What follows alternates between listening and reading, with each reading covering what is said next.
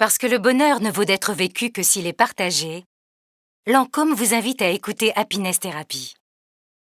Découvrez une vision plus holistique de la beauté et du bonheur sous toutes ses formes, pour toutes les femmes. Il est temps d'explorer de nouvelles voies pour être activiste de votre bonheur. La vie est belle, c'est décidé.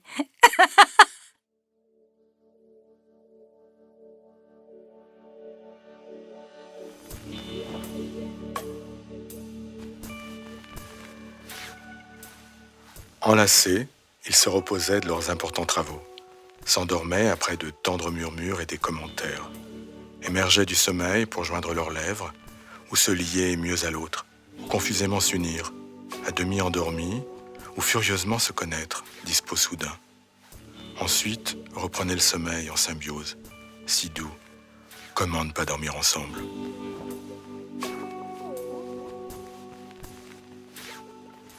Comment ne pas dormir ensemble, écrit Albert Cohen dans Belle du Seigneur. Mais nous, on se demande plutôt comment dormir ensemble.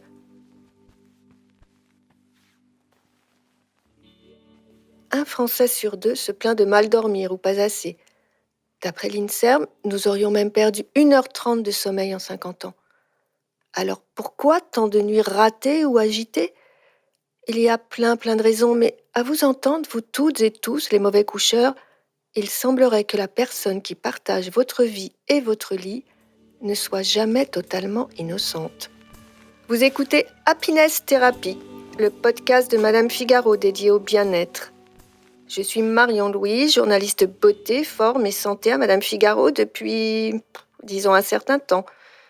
Comme vous, j'ai 10 vies, 10 cerveaux, un corps vaillant mais que je n'écoute pas assez. Comme vous, je me bats constamment contre le stress, la fatigue, l'accélération du monde et la tyrannie technologique. Comme vous, je cherche des solutions à ma mesure. Et la seule chose dont je sois sûre, c'est qu'une journée réussie commence toujours la nuit. À ce propos, l'Institut national du sommeil et de la vigilance nous apprend que la moitié des Français dorment en couple. Souvent, ça se passe très bien, surtout au début. L'autre vous réchauffe, vous rassure, vous protège comme un doudou. Simone de Beauvoir écrit d'ailleurs dans Les Mandarins : « C'est si bon de mélanger son sommeil à celui d'un autre corps, tout chaud, tout confiant. On se réveille nourri. » Et puis parfois, ça se complique. Alors, dormir à deux, c'est un rêve ou un cauchemar ? Bérengère Krief, humoriste et comédienne, n'en a pas que des bons souvenirs. Bonjour. Venez rentrer parce que je suis en train d'essayer de déshabiller avec ma styliste. Allez-y. Et c'est sur son lit, dans le cocon de sa chambre à coucher bonbonnière, sous son attrape-rêve aux couleurs pastel et avec son chat Jean-Noël, que la jeune femme s'est laissée aller à quelques confidences. J'ai un sommeil assez lourd. Je crois que je ronfle un peu. J'ai eu une relation avec un garçon il y a quelques années où en fait lui il avait un sommeil très léger et donc pour lui je pense que j'étais une usine, un train, une locomotive, donc il ne supportait pas et c'était horrible parce que moi je dormais, il me réveillait, il m'engueulait, on avait une tension comme si j'étais invivable en fait.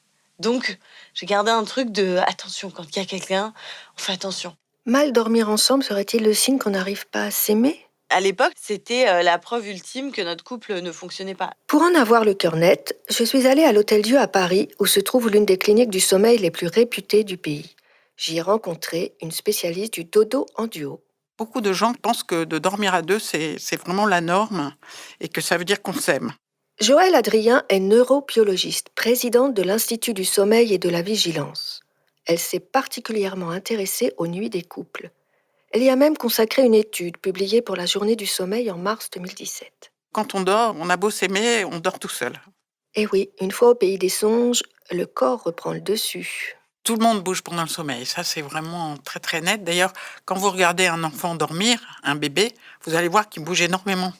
Parce qu'il y a différents stades du sommeil, et il y a certains stades où on bouge beaucoup, et puis on peut parler, on a une respiration qui va faire du bruit, voilà. Donc Donc, il y a beaucoup de choses qui se passent pendant le sommeil. Après chaque cycle de sommeil, on va se retourner, se réveiller un petit peu, se mettre dans une autre position. Et puis, parfois, on bouge les jambes, on donne des coups de pied, on peut bouger les bras. Voilà. Et ça, c'est tout à fait naturel. Donc, il y a environ 40 mouvements par nuit, comme ça. Pour la chaleur, alors ça, c'est très particulier parce que quand on dort, on construit ce qu'on appelle sa niche thermique. C'est-à-dire qu'on se construit un petit cocon thermiques sous la couette, sous les couvertures, qui sont exactement à la bonne température pour soi. Et la température n'est pas forcément la même pour une personne et pour l'autre. Donc si les niches thermiques sont complètement partagées, c'est-à-dire si on essaye de dormir vraiment collé, eh bien, il y en a un qui aura trop chaud et l'autre pas assez, ça va pas bien se passer. D'ailleurs, on peut, comme les Allemands ou les Scandinaves, opter pour 2 couettes individuelles. De quoi dormir côte à côte en protégeant sa niche thermique. Dormir à deux, ce n'est donc pas vraiment un besoin physiologique. C'est plutôt devenu une pratique que nous avons développée au fil de l'histoire. Le sommeil, c'est un grand moment de vulnérabilité parce qu'on perçoit l'environnement, mais très peu. Il est filtré. Bien sûr, s'il y a un grand bruit, on va se réveiller. Mais s'il y a un petit bruit, un agresseur qui vient chez vous, d'ailleurs, c'est ça la crainte. C'est pour ça qu'on s'enferme chez soi. Ça, c'est l'aube de l'humanité, quand c'était les cavernes. Eh bien, pendant que les autres dormaient, il y avait un veilleur pour que le groupe soit en sécurité. Alors ça, c'était la survie. Et ensuite, avec l'évolution, quand on peut assurer sa survie en n'ayant pas d'agression parce qu'on est bien enfermé dans un endroit clos et sécurisé, là, on peut laisser parler le besoin. Voilà. Mais le premier besoin, c'est de rester en vie. Aujourd'hui, calfeutrés dans nos lits douillets, nous sommes loin d'avoir ce genre de soucis. En fait, le lit matrimonial n'apparaît qu'au XIIIe siècle, dès lors que le mariage devient un sacrement religieux et que l'Église impose le devoir conjugal. Et encore, ce n'est que 6 siècles plus tard que la pratique s'impose vraiment. Avec l'émergence de la bourgeoisie, on voit apparaître un nouveau désir d'intimité. Faire chambre à part est alors fortement désapprouvé par le clergé. Quand on y regarde de plus près, on s'aperçoit que tout dépend du milieu social. Plus on appartient aux couches supérieures de la société et plus on dort seul. Pendant longtemps, dans les milieux populaires et paysans, on passait la nuit en famille, avec femmes, enfants, parfois aïeuls. Et oui, le sommeil aussi est culturel. Il y a une tradition qui est surtout méditerranéenne et donc catholique, de partager le lit unique, c'est-à-dire le lit de 140, un matelas de 140, alors que les anglo-saxons ont plus de lits jumeaux. Et puis aux États-Unis, par exemple, les lits sont beaucoup plus larges. Maintenant, ça arrive en France, mais c'est des king size et même encore plus larges. Alors qu'en France, jusque très récemment, on était à 140 et c'était le lit double obligatoire. Alors la tradition, c'est que c'était pour encourager le fait d'avoir des enfants. Bonne nouvelle, sentiment amoureux n'a pas forcément besoin du lit conjugal. Malgré les normes, certaines personnes parviennent même à s'en défaire. C'est avec soulagement que Bérangère Krief s'en est rendu compte. J'avais entendu il y a quelques années une émission de radio qui parlait de ça avec une dame qui racontait qu'avec son mari, en fait, comme elle aime bien lire la nuit, elle fait beaucoup d'insomnie, que du coup, il faisait chambre à part et puis que du coup, il venait toquer à sa porte. Il y avait un côté un peu romantique de l'affaire, en tout cas. Et elle disait, voilà, juste la nuit, j'aime allumer ma lumière, prendre mon livre, lire et puis continuer ma nuit sans gêner l'autre. Il y a quelque chose comme ça. À l'inverse de ce couple, beaucoup se forcent à dormir ensemble alors qu'ils se dérangent. Il faut oser se le dire pour réussir à mieux s'assoupir. Beaucoup d'études scientifiques ont montré que de ne pas en parler, finalement, ça induisait une tension dans le couple et ça pouvait aboutir à une tension assez grave et même à une séparation, simplement parce qu'on n'osait pas aborder le problème et faire prendre conscience à l'autre que c'est pas un désamour d'avoir besoin de dormir seul et que voilà, on est ensemble pour certaines choses la nuit, mais dormir, c'est vraiment une activité solitaire en fait. Bien dormir, c'est aussi une manière de prendre soin de soi. Comme l'écrit la romancière Sophie d'Ivry dans Le meilleur moyen de se débarrasser des autres. Pour ma part, dormir est un tel moment d'intimité avec moi que je ne conçois pas de dormir à deux. Le lit conjugal, c'est la perpétuation de la relation sociale. Or, le sommeil est l'expression la plus pacifique mais la plus radicale de la misanthropie. J'éteins la lumière, enfin seul. Le sommeil est le dernier plateau de l'égoïsme. Mais Oser cet égoïsme est encore assez tabou et loin du modèle avec lequel a grandi Bérangère Krief. D'ailleurs, quand j'avais entendu l'émission de radio sur le fait de dormir seul, j'en avais parlé à mes parents, qui sont ensemble depuis 38 ans. Et ils se disaient, oh mais non, mais moi, tu t'aimerais dormir sans moi, toi? Oh bah non, je pourrais pas. Donc il y avait un truc, eux, c'est normal. Enfin, c'est un plaisir, c'est cool. Voilà, ça les rassure. Il y a quelque chose comme ça. C'est vrai que dormir à deux, c'est rassurant. Si l'on en croit une étude réalisée par l'université de Pittsburgh, dormir avec son partenaire serait même bénéfique pour la santé. Les couples faisant couette commune produisent plus d'ocytocine. Vous savez, l'hormone de la confiance, de l'apaisement et du sentiment amoureux. Ils se réveillent plus reposés, en meilleure forme physique et psychologique. L'étude va même plus loin. Elle affirme que lorsqu'un couple est complice, leur sommeil finit par se synchroniser. Bérangère Krief, de son côté, s'amuse à imaginer une manière plus flexible de penser le sommeil à deux. Et puis, au fur et à mesure de mon avancée dans la vie, dans l'âge, je ne sais pas si je suis pour dormir tout le temps à deux. Moi, je suis assez intéressée, alors je ne l'ai pas encore testé, mais pour pratiquer la liberté de dire on dort ensemble ou pas. Donc, je fantasme un peu sur le fait d'avoir une chambre à moi. J'aime me lever. Moi, quand je dors, je bouge pas beaucoup. Mon lit est très peu défait. Je trouve que quand je dors avec un homme, bon, bah, le lit se défait. On est deux de chaque côté. Donc, il y a du mouvement et tout. Et je sais pas, il y a un truc où j'aime me rassembler, qu'il y ait une énergie qui soit qu'à moi. Si j'ai envie de lire, si j'ai envie de... Donc, j'ai besoin d'être seule dans ma chambre. Et pas tout le temps. Donc, moi, si j'avais une baguette magique, ce serait de pouvoir avoir 2 chambres et de s'inviter et d'avoir un truc qu'on n'est pas obligé. D'un coup, c'est le plomb du lit à 2.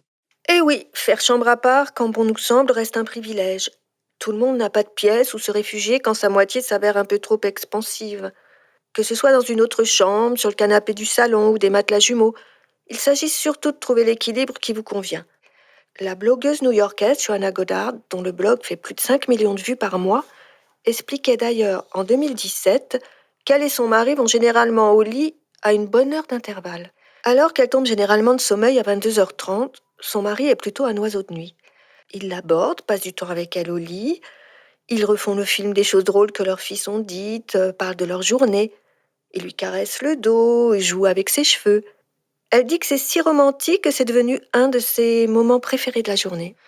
Une fois qu'elle dort, son mari repart écouter de la musique ou lire pendant 1 heure avant de venir à son tour se coucher. En grand introverti, il a besoin de passer beaucoup de temps seul. Et si l'important n'était pas de trouver d'autres moments d'intimité ensemble au lit? Attention toutefois à ce que les écrans ne prennent pas toute la place.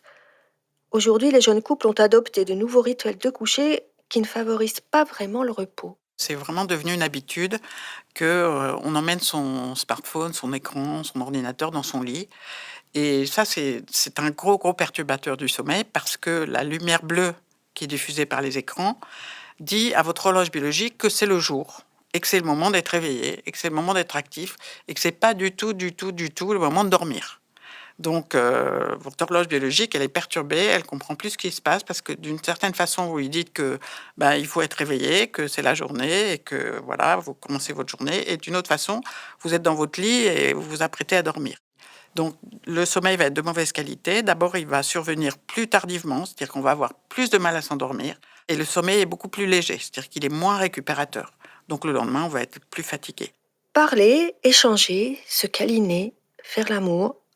Il y a plein de possibilités pour que le lit reste ou redevienne un lieu de bonheur conjugal.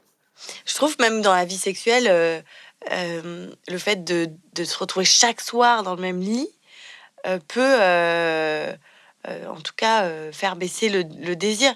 J'ai lu un bouquin d'ailleurs très intéressant à ce sujet de Esther Perel, qui est une conseillère conjugale qui vit à New York et d'origine franco-belge, je crois, et qui bosse partout dans le monde, donc en thérapie de couple, et qui parle du couple, du désir dans le couple. Le premier livre que j'ai lu s'appelle L'intelligence érotique. Et donc, elle explique que l'amour a besoin de proximité et le désir a besoin d'espace. Et donc, le fait de se retrouver chaque soir dans le même lit fait qu'on est complètement rassuré. On a créé un cocon complètement rassurant où voilà, on est ensemble, on dort chaque soir ensemble, on se doit la fidélité, etc. Et quand on crée de l'espace, alors oui, c'est difficile parce qu'on se dit peut-être qu'on va le perdre, peut-être qu'il va partir, peut-être qu'il va rencontrer une femme mieux que moi, donc toutes les peurs arrivent, mais le désir revit. Et je trouve ça hyper intéressant, quoi. Ça me ramène à cette envie de préserver dans ma vie amoureuse le désir, que ce soit pas plombé dans le non-dit, on est obligé de cette situation, donc se retrouver chaque soir. Moi, il y a un truc qui m'angoisse un peu, en fait. Puis j'aime dormir seule, hein. Enfin, c'est un vrai plaisir aussi. En préparant ce podcast, plusieurs personnes m'ont posé la même question. Et finalement, est-ce qu'on dort mieux après avoir fait l'amour? Bien sûr, j'ai ma petite idée, mais j'ai préféré donner la parole au docteur Sylvain Mimoun, gynécologue, andrologue, psychosomaticien et auteur de nombreux ouvrages sur la sexualité. En fait, ça peut être un déclencheur de sommeil, l'orgasme. Et l'homme qui s'endort tout juste après le coït, un mythe sexiste ou une réalité biologique? Physiologiquement, on peut expliquer pourquoi les hommes dorment plus facilement après avoir joui. Quand une femme a un orgasme, on peut dessiner une courbe comme une colline avec une pente descendante très progressive. Si on dessine la courbe de l'homme qui a un orgasme, par exemple, ça monte en pic, c'est le pic du midi, et ça chute brutalement. Et le fait qu'il y ait cette chute-là, ça coupe les jambes et ça donne envie de dormir. Donc ça paraît logique que beaucoup d'hommes aient envie de dormir. Mais même ces hommes-là peuvent s'empêcher de dormir. Si tant est que juste après l'orgasme, ils restent vigilants ou ils décident volontairement de retarder ce moment du sommeil, l'envie de dormir passera facilement après, quoi. Jeunes amoureux fougueux ou amants époux de longue date, à chaque couple d'apprivoiser Morphée à sa façon. Joël Adrien a quelques derniers conseils. Déjà, un conseil pour bien dormir, à deux ou pas, c'est le couvre-feu digital. Ça, c'est vraiment indispensable. Il ne faut pas se laisser prendre au piège de garder son téléphone à portée de main, son smartphone à portée de main ou sa vidéo à portée de main.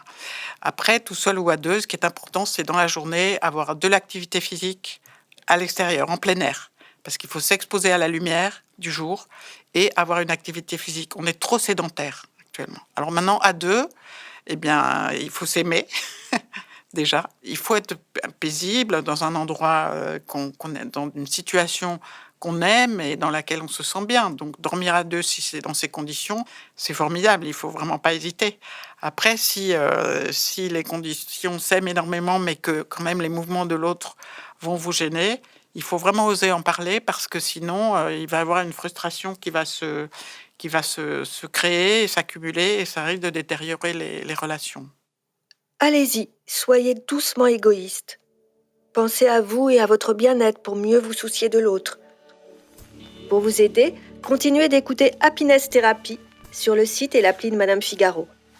Retrouvez notre podcast sur toutes les applications disponibles, iTunes, SoundCloud, YouTube. Vous pouvez aussi suivre Madame Figaro sur Facebook, Twitter @MadameFigaro et sur Instagram @MadameFigaroFR.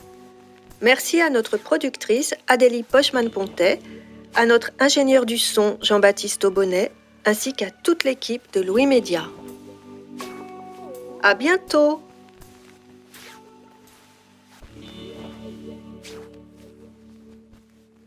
Happiness Therapy vous a été présenté par Lancôme.